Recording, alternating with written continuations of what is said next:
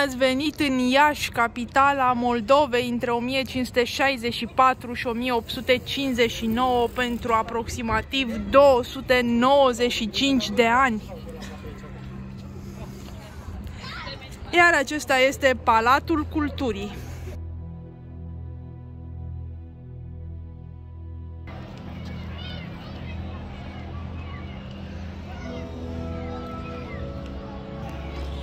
Iași nu a fost numai capitala Moldovei, dar și capitala României în primul război mondial, între 1916 și 1918, atunci când Bucureștiul era sub ocupație germană.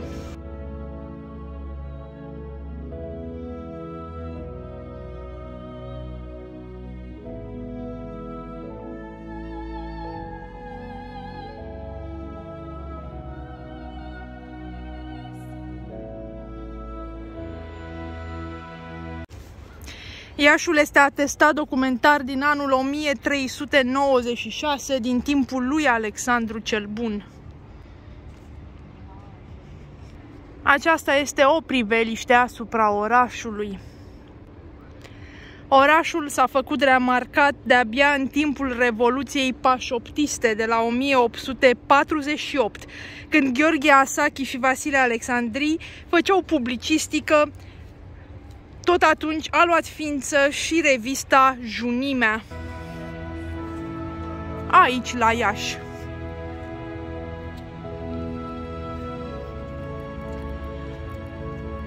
Se pare că aici este în renovare, la Palatul Culturii. Acesta este Palatul Culturii, poate cea mai cunoscută clădire din Iași. Este deschis de luni până duminică, de la 10 la 17. Clădirea a fost construită între 1906-1925 și a fost ridicată pe locul fostului palat domnesc după planurile unui arhitect francez, Berindi. Bine ați venit la Palatul Culturii din Iași!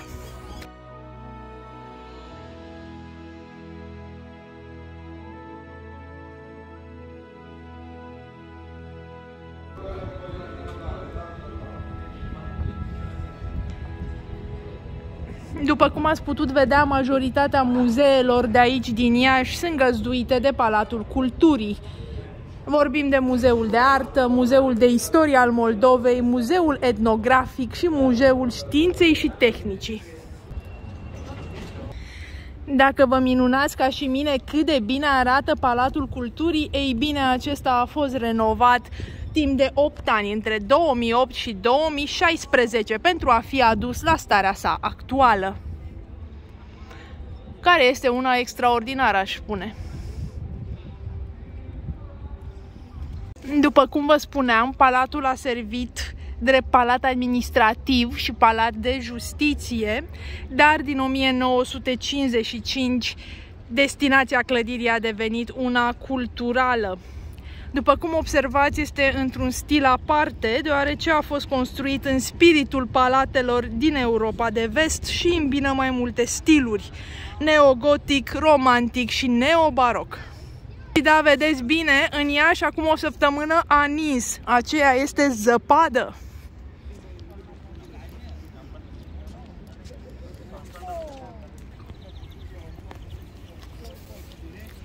Nu cred că mai are nevoie de introducere. Aici, în fața Palatului Culturii, se află statuia lui Ștefan cel Mare, domnitorul Moldovei.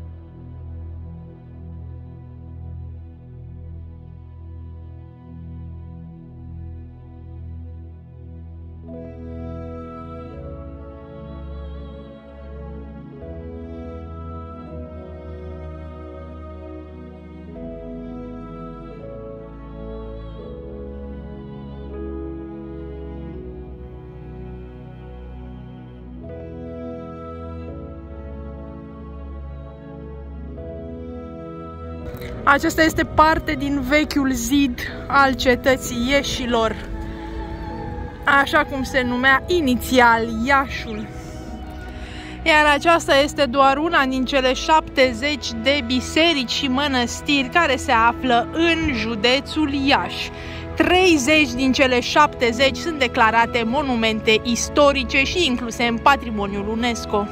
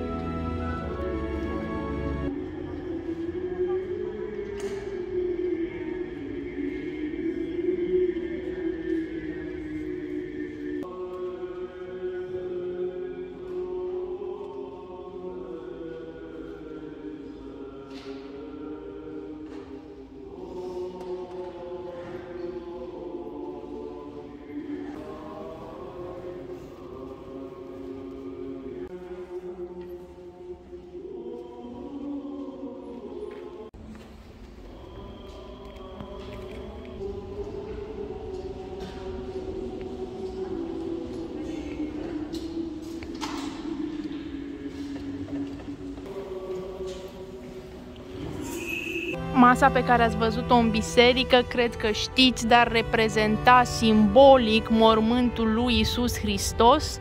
Nu am mai filmat, dar am trecut și eu pe sub masă, tot ca un gest simbolic care reprezintă trecerea prin mormânt și ieșirea sau învierea a treia zi.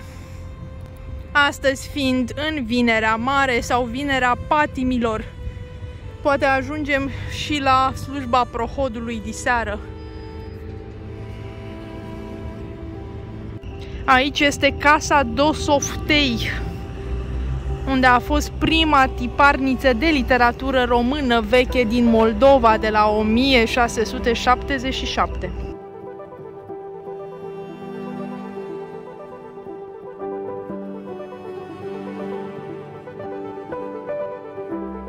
Păcat că este închis locul unde au fost tipărite primele cărți de literatură veche românească. Acum clădirea aparține Muzeului Național al Literaturii Române.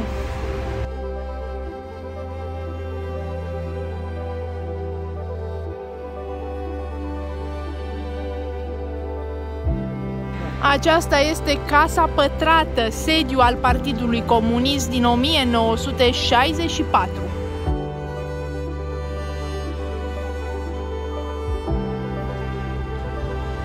Mai țineți minte povestea cu școala pașoptistă, înființată aici de Vasile Alexandrii și Gheorghe Asachi? Ei bine, aici este prima școală Gheorghe Asachi.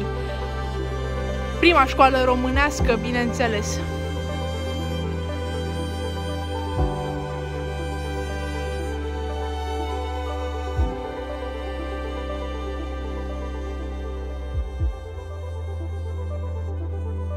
Asta este mănăstirea Trei Ierarhi, ctitoria lui Vasile Lupu dintre 1637-1639. Principala ei destinație a fost de necropolă domnească, adică aici erau înmormântați domnii Moldovei. De asemenea, aici s-au pus bazele primei școli cu predare în limbile slavonă, latină și greacă din vremea respectivă.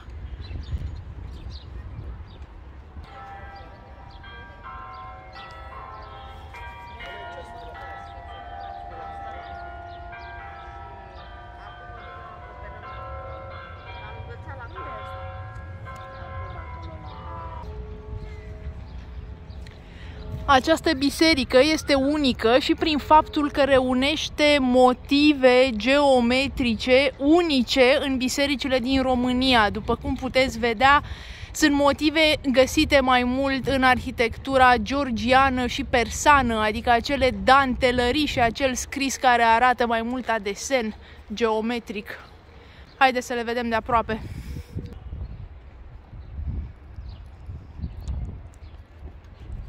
Bineînțeles că la intrare este simbolul bourului care se afla și pe steagul Moldovei.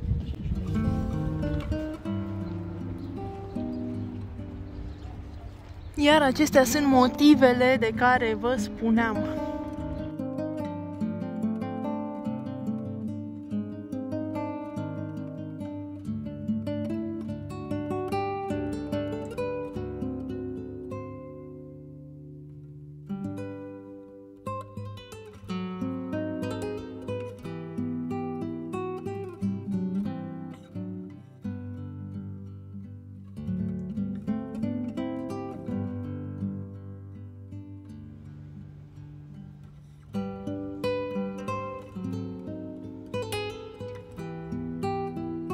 Aici este înmormântat Alexandru Ioan Cuza, iar alături este mormântul lui Dimitre Cantemir.